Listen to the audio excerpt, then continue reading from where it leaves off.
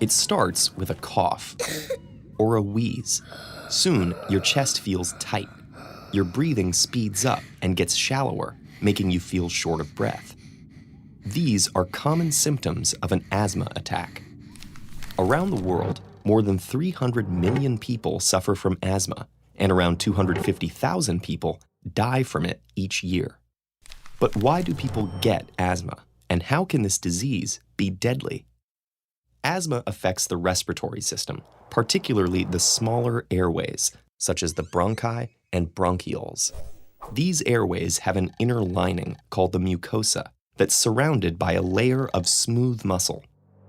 In people with asthma, the airways are chronically inflamed, which can make them hyperresponsive to certain triggers. Some of the many asthma triggers include tobacco smoke, pollen, dust, fragrances, exercise, cold weather, stress, and even the common cold. When people with asthma are exposed to these triggers, an asthma attack or exacerbation can occur. But how exactly do such everyday factors lead to an asthma attack? If an asthmatic is exposed to a trigger, the smooth rings of muscle that circle the small airways in their lungs contract and become narrow. Simultaneously, the trigger worsens inflammation, causing the mucosal lining to become more swollen and secrete more mucus.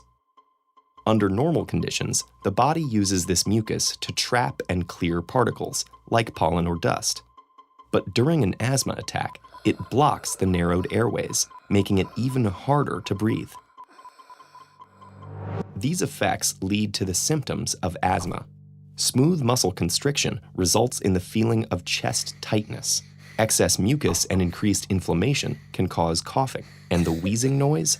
That happens because as the airways constrict, air whistles as it passes through the narrowed space. These symptoms may make a person feel like they're running out of air. Yet counterintuitively, during an asthma attack, the inflammation can make it harder to exhale than inhale.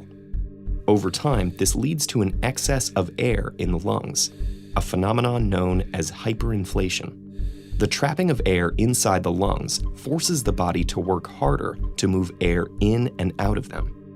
Over time, this can lead to reduced oxygen delivery to the body's organs and tissues. Sometimes, in untreated severe asthma attacks, the body can't keep up, which can lead to death from lack of oxygen. So how do we prevent these uncomfortable and potentially fatal attacks in people who have asthma? One way is to reduce the presence of triggers. Unfortunately, the world is an unpredictable place, and exposure to triggers can't always be controlled. This is where inhalers, the primary treatment for asthma, come in. These medications help asthmatics both control and prevent their asthma symptoms. Inhalers transport medication along the affected airways, using a liquid mist or fine powder to treat the problem at its source. They come in two forms. There are reliever medications, which treat symptoms immediately and contain beta agonists. Beta agonists relax constricted muscles, allowing the airways to widen so more air can travel into and out of the lungs. The other form of inhalers serve as preventive medications, which treat asthma symptoms over the long term and contain corticosteroids.